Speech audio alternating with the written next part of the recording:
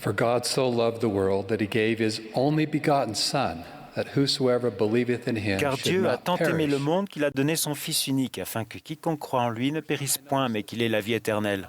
La première fois que j'ai remarqué ce verset, je n'étais ni à l'église, ni lors d'une soirée au foyer. Je regardais un événement sportif à la télévision. Quelle que soit la chaîne que je regardais et quel que soit le match, au moins une personne tenait un panneau sur lequel était écrit Jean 3,16. J'ai appris à aimer le verset 17 tout autant. Dieu, en effet, n'a pas envoyé son Fils dans le monde pour qu'il juge le monde, mais pour que le monde soit sauvé par lui. Dieu a envoyé Jésus-Christ, son Fils unique dans la chair, donner sa vie pour chacun de nous. Il l'a fait parce qu'il nous aime, et il a conçu un plan pour que nous retournions tous auprès de lui. Mais il ne s'agit pas d'un plan générique et hasardeux. C'est un plan personnel, créé par un Père céleste aimant qui connaît notre cœur, notre nom, et qui sait ce qu'il veut que nous fassions. Pourquoi croyons-nous cela? Parce que c'est ce que les Saintes Écritures nous enseignent. Moïse a entendu à plusieurs reprises notre Père céleste prononcer les mots « Moïse, mon fils ». Abraham a appris qu'il était enfant de Dieu, choisi pour sa mission, avant même sa naissance. Par la main de Dieu, Esther a obtenu une position d'influence pour sauver son peuple. Et Dieu a fait confiance à une jeune fille, une servante, pour témoigner d'un prophète vivant afin que Naham soit guéri. J'aime particulièrement cet homme bon, de petite taille, qui a grimpé à un arbre pour voir Jésus. Le Sauveur savait qu'il était là, il s'est arrêté, a levé les yeux vers les branches et a dit « Zaché, hâte-toi de descendre ». Et on ne pourrait oublier le garçon de 14 ans qui s'est rendu dans un bosquet et a appris à quel point le plan est personnel. « Joseph, celui-ci est mon fils bien-aimé, écoute-le. » Frères et sœurs, nous sommes les sujets centraux du plan de notre Père céleste et la raison de la mission du Sauveur. Chacun de nous, individuellement, est leur œuvre et leur gloire. Pour moi, aucun livre d'Écriture n'illustre cela plus clairement que l'Ancien Testament que nous étudions. Chapitre après chapitre, nous découvrons des exemples de la façon dont notre Père céleste et Jéhovah sont intimement impliqués dans notre vie. Récemment, nous avons étudié la vie de Joseph, le fils bien-aimé de Jacob. Dès sa jeunesse, Jacob a été hautement favorisé par le Seigneur. Joseph a été hautement favorisé par le Seigneur, mais ses frères lui ont fait subir de grandes épreuves. Il y a 2 semaines, beaucoup d'entre nous ont été touchés en étudiant la façon dont Joseph a pardonné à ses frères. Dans Via et sur moi, nous lisons à de nombreux égards, la vie de Joseph offre un parallèle avec celle de Jésus-Christ. Bien que nos péchés lui aient causé de grandes souffrances, le Sauveur offre le pardon et nous délivre tous d'un sort bien pire que la famine. Que nous ayons besoin de recevoir le pardon ou de l'accorder, nous avons tous besoin de faire les deux à un moment ou à un autre. L'exemple de Joseph nous dirige vers le Sauveur, la vraie source de la guérison et de la réconciliation. Une leçon que j'apprécie dans ce récit vient de Judas, le frère de Joseph, qui a joué un rôle dans le plan personnel de Dieu pour Joseph. Quand Joseph a été trahi par ses frères, Judas les a convaincus de ne pas ôter la vie à Joseph, mais de le vendre en tant qu'esclave. De nombreuses années après, Judas et ses frères ont dû emmener leur plus jeune frère Benjamin en Égypte. Leur père s'y est d'abord opposé, mais Judas a promis à Jacob qu'il ramènerait Benjamin.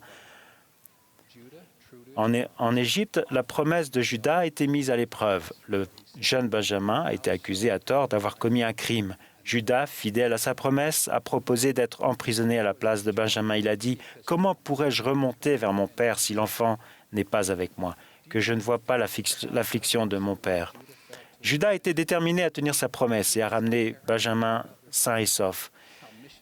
Et avez-vous déjà ressenti pour quelqu'un ce que Judas ressentait pour Benjamin?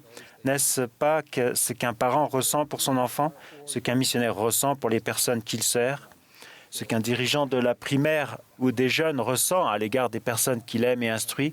Peu importe qui vous êtes ou votre situation actuelle, quelqu'un a ces mêmes sentiments à votre égard. Quelqu'un veut retourner auprès de notre Père céleste avec vous. Je suis reconnaissant envers les personnes qui ne nous abandonnent jamais, qui continuent de déverser leur âme en prière pour nous, de nous instruire, nous aider à nous qualifier pour retourner auprès de notre Père céleste. Récemment, un ami proche a passé 233 jours à l'hôpital à cause de la COVID-19. Pendant cette période, son père décédé lui a rendu visite et lui a demandé de faire passer un message à ses petits-enfants. Même de l'autre côté du voile, ce bon grand-père désirait aider ses petits-enfants à retourner dans leur foyer céleste. De plus en plus, les disciples du Christ se souviennent des Benjamins dans leur vie. Partout dans le monde, ils ont entendu l'appel de notre prophète bien-aimé, Russell Nelson. Des jeunes gens et des jeunes filles se sont engagés dans le bataillon des jeunes du Seigneur. Des personnes et des familles tendent la main dans un esprit de service, aimant leurs prochains, faisant connaître l'Évangile et invitant des amis et des voisins à aller au Christ. Des jeunes et des adultes se souviennent de leurs alliances et s'efforcent de les respecter en remplissant les temples de Dieu, en trouvant des noms de membres décédés de leur famille et en recevant les ordonnances en leur faveur. Pourquoi le plan personnalisé de notre Père Céleste pour nous comprend-il le fait d'aider les autres à retourner à lui? Car c'est de cette manière que nous devenons semblables à Jésus-Christ. En fin de compte, l'histoire de Judas et Benjamin nous éclaire sur le sacrifice que le Sauveur a fait pour nous. Par son expiation, il a donné sa vie pour nous ramener au foyer céleste. Les paroles de Judas témoignent de l'amour du Sauveur. Comment pourrais-je remonter vers mon Père si tu n'es pas avec moi? Tandis que nous rassemblons Israël, ces paroles peuvent aussi être les nôtres. L'Ancien Testament regorge de miracles et de tendres miséricordes caractéristiques du plan de notre Père Céleste. Dans 2 Rois 4, l'expression « un jour » est citée 2 fois pour souligner que les événements importants se produisent selon le calendrier de Dieu et qu'aucun détail n'est trop anodin pour lui. Mon nouvel ami Paul est un témoin de cette vérité. Paul a grandi dans un foyer empreint d'intolérance et parfois de violence envers la religion. Pendant qu'il étudiait sur une base militaire en Allemagne, il a remarqué 2 sœurs qui semblaient émettre une lumière spirituelle.